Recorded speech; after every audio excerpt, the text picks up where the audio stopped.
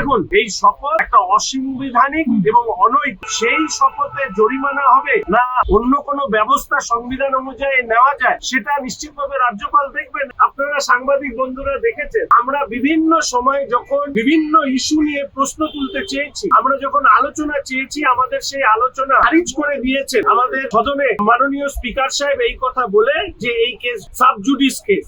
অথচ একইভাবে নিট যা সুপ্রিম কোর্টে আইনগত প্রক্রিয়া চলছে, সেই প্রক্রিয়ার মাঝখানে দাঁড়িয়ে এর আলোচনা করাটাও সাবজেক্ট। মাননীয় মুখ্যমন্ত্রী কি বলবেন আর রাজ্যপাল তার কি প্রতিক্রিয়া দেবেন, সেটা রাজ্যপাল এবং মাননীয় মুখ্যমন্ত্রীর ব্যাপার। যে রাজ্যে শিক্ষা দপ্তরের অধিকর্তা, সচিব, মন্ত্রীরা জেলে গড়াগড়ি খাচ্ছে, ওএমআরসি ট্যাম্পারিং, সাদা খাতায় জমা দিয়ে পরীক্ষা, প্রশ্ন ফাঁসের রেকর্ড, এরা বলবে শিক্ষা সংক্রান্ত বিষয় নিয়ে, নিট নিয়ে